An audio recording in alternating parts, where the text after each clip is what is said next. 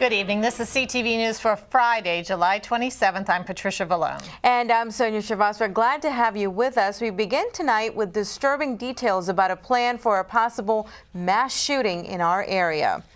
A Pitney Bowes employee has been taken into custody and sent for a medical evaluation after allegedly threatening to kill his boss and co-workers. According to police, the man feared he would be fired, but authorities were able to move in before the man could take action. Our Denise Douglas explains.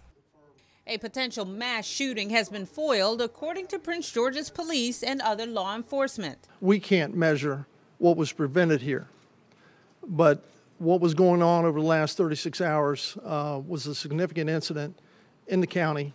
On Wednesday, a Pitney Bowes employee identified by published reports as Neil Prescott allegedly threatened in several phone conversations to kill his boss and fellow employees because he was about to be fired. He made significant threats to coming back and harming people at the business.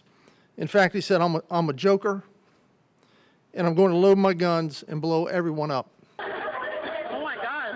In light of the massacre in the Aurora, Colorado movie theater, police weren't taking any chances. This video showing the panic after that shooting. By Thursday, officers here went to question Prescott at his Crofton apartment, where they say he was wearing a T-shirt that said, "Guns don't kill people, I do."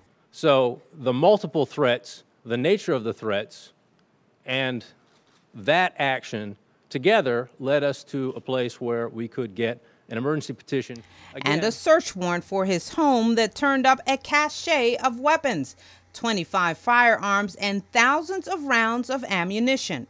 I think we were surprised by the amount and the types of weapons inside that residence. Prescott was taken into custody early Friday morning and sent for a mental evaluation. It's important to know, the community to know, that we take all threats seriously. And if you're going to make a threat, we will take action. Denise Douglas, CTV News. And thank you, Denise, for that report. Neil Prescott could face charges in Prince George's and Anne Arundel counties. Well, it's official. Maryland lawmakers have been called back to Annapolis next month for a special session on expanded gambling. The governor made the announcement this morning in Annapolis. State legislators will have to give up or postpone any scheduled vacation plans come August 9th. That's because the governor has ordered lawmakers back to the State House to consider a new billion-dollar casino in Prince George's. The plan would also allow table games at Maryland's 5 other slots locations. All of us know very, very well how divisive this issue can be for us and for our General Assembly. And that is why I want us to resolve this issue now. On August 9th, we will be calling a special session to resolve this issue now. It will not only allow us to move forward with the creation of additional needed jobs in our state, it will also allow us to be able to realize fairly quickly approximately $100 million in additional revenues for Maryland's #1 ranked public schools. We're going to work together. Hopefully we can get this done in a matter of days, 2 or 3 days. And it'll go on the ballot in November. In June, MGM Resorts International said it would build a resort and casino at National Harbor, but only if it got a lower tax rate. Meantime, the developer of the Maryland Live Casino in Anne Arundel County has vigorously opposed the plan. The Cordish company says the state doesn't have enough gamblers to sustain a new facility. And Penn National, the owner of Rosecroft Raceway, is also voicing discontent, saying it's been left out of the whole negotiation process. House Speaker Michael Bush says it will ultimately be voters who decide the issue. If the good citizens of Prince George's County decide to vote against a 6th site in their county, that they will not get one.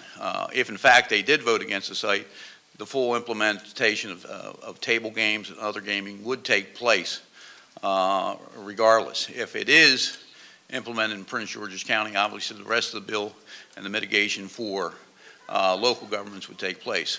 And we want to make sure that we keep a consideration for competitive gaming and the other sites that are up, and give consideration to them and what effects the 6th site would have on them. That'll also be reflected in legislation. Voters may have the last say, but for the moment, County Executive Rashawn Baker appeared delighted with today's outcome. We need this great site in Prince George's County to help generate revenues for Prince George's County and the state. And so that's what I've been very honest about, and I think it's the best site. O'Malley says a copy of the bill will be available for all to read shortly before the session begins. And several key provisions of the proposed bill were not disclosed at the news conference, including any tax relief for other casino operators to compensate for additional competition in Prince George's. A man is in custody after he barricaded himself inside a Bowie home this morning with 2 teenagers inside. It happened in the 1500 block of Orchard Run Drive. The 2 teens, aged 14 and 16, called 911 and were told by a dispatcher to go to a bedroom.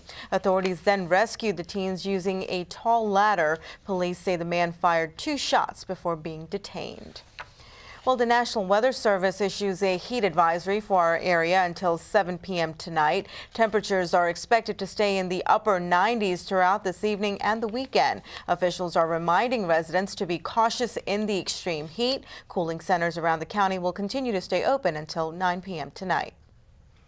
Health officials say 8 more heat-related deaths occurred in Maryland, bringing the total for the year to 31.